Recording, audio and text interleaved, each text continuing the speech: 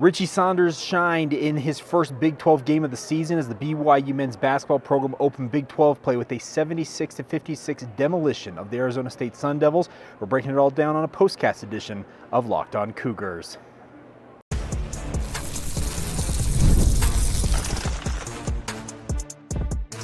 You are Locked On Cougars, your daily podcast on the BYU Cougars, part of the Locked On Podcast Network, your team every day. What's up, everybody? I'm Jake Hatch, host of Locked On Cougars, your resident BYU insider. Thank you for making Locked On Cougars your first listen and or view of the day. And as always, thank you to all of you who are everydayers with us right here on your original daily podcast focused on the BYU Cougars. This is a special edition postcast as BYU improves to 1-0 in Big 12 play by virtue of a 76-56 rout of Arizona State inside the Marriott Center. I'm sitting on a media row right now breaking things down. If you can hear the chatter in the background, people still milling around, players and coaches and other administrators and the like. But biggest thing to take away from this game is Richie Saunders, as John Rothstein tweeted out, is he finally shedding the glue guy moniker. He scores a career-high 30 points, and folks, Richie Saunders looks like an absolute force for this BYU basketball program. Remember, this is a guy, when he came to BYU, was a junkyard dog. I've used that term a lot with him. Came in and did a lot of different things, and he noted in post-game press conference time that he had Danny Ainge tell him at one point, when he decided to come back to BYU, because he tested the waters a little bit with regards to considering entering the transfer portal after Mark Pope's departure. So Danny Ainge told him, hey, with a team of this caliber, there's going to be nights you're going to need to score a lot, there's nights you're going to be able to rebound a lot, other nights you're going to be able to go out and dish the ball off to your teammates, but go make the plays that win basketball games. That's the biggest thing about what BYU has done so far, is their ability to get contributions from all over, and tonight it was Richie Saunders' night. So that, I guess I should say afternoon, because it was an afternoon game, but all the same, really impressive stuff from him. He makes 6 3-pointers, 6 of 11 from 3. BYU didn't necessarily shoot it well as a team from 3, outside of him and Cannon Catchings. Really tough night on the 3-point arc for BYU, but the biggest thing I think to take away is that Richie showed that he is capable of stepping up in a big moment and leading BYU offensively. He mentioned he had 7 stitches after getting that face full of shoulder against Wyoming a few weeks back in the Delta Center that knocked him out for the non-conference finale against Florida A&M. But beyond that, no ill effects, obviously, from what he showed tonight in this game. Another thing I took away from this one is BYU's defense. It's been really impressive ever since that Providence loss. BYU buckled down, doubled down on getting back to being a defensive-oriented team after that Providence loss, and showed exactly what they are capable of by going out. And the last 3-4 games have really been impressive on defense. Bobby Hurley, Arizona State's head coach, said post-game that BYU is the more physical team. Kevin Young concurred with that assessment, and it showed up obviously in the box score. When you win by 20 points in your Big 12 opener, really impressive stuff. And BYU really, I thought, controlled this from the get-go. 2 very poor starts to the first and second half for Arizona State, absolutely crippled their opportunities on the road.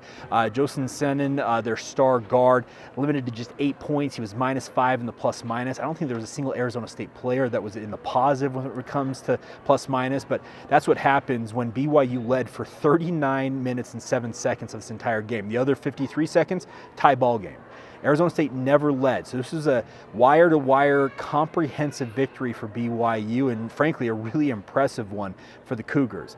Jaeger Demon returned. His shot just looked a little bit off, but I kind of expected that. He misses almost a month. Actually, was it more than a month? No, it was about a month.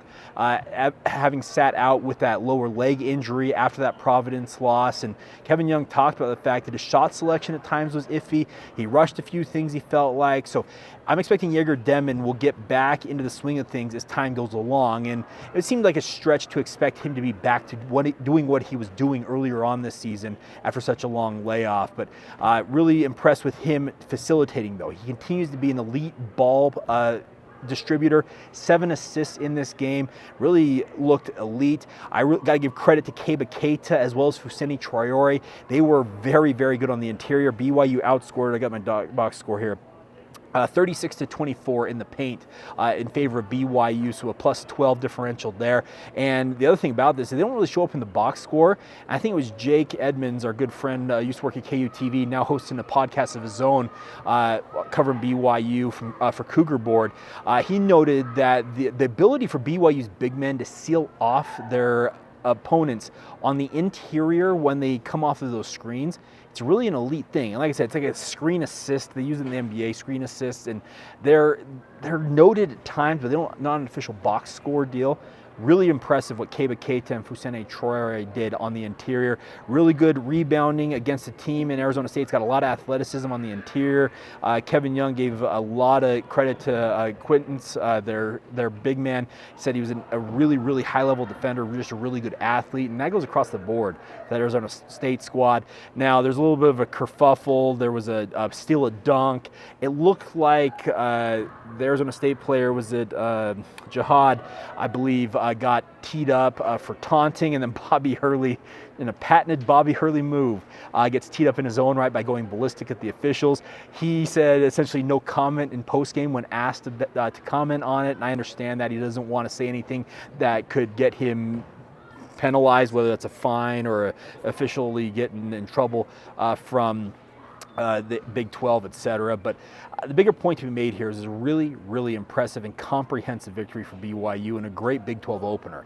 It really felt like BYU at no point in this game after the first few minutes was in really any danger. The final 2 minutes of the first half, Arizona State carved that lead down to 5, but then BYU came out in 9-0 burst to start the second half when Arizona State faltered hard and pushed a double-digit lead and was smooth sailing from there. It felt like a very comfortable win for BYU, and those are hard to come by in the Big 12. Just ask the other teams across the Big 12 that lost.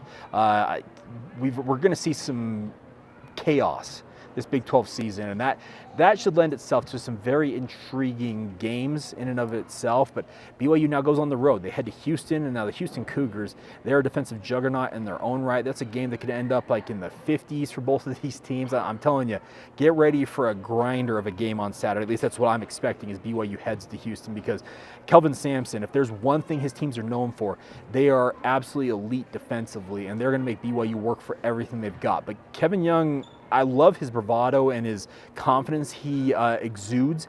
He said, we got shooters all over the court, and that's going to make us tough to defend and tough to prepare for. And I like that. I like the little bits of, I don't want to say it's like cockiness, but it's self-belief of what his team is capable of. And BYU, they're going to have their work cut out for them as they get ready to go to Houston. It's an early game on the body clock. There's a whole litany of things going against BYU in that game, but based on the performance today, if they can translate that to the road, and obviously their only other true road game of the season was at Providence, and they lost that game, I think they've got a lot to prove when they head back out to Houston on Saturday, and we'll have plenty of coverage in the week ahead getting you ready for that game, because it's one of the big early test for this BYU basketball program. So that's going to do it for this postcast edition of the show. As always, thank you for your guys' support of the show. Continue to rate, subscribe, review, share it with your family and friends. Do everything you can do to help us build this audience. Our good friend Drake Toll on Locked On Big 12 likes to say, if you do that, helps us keep our job.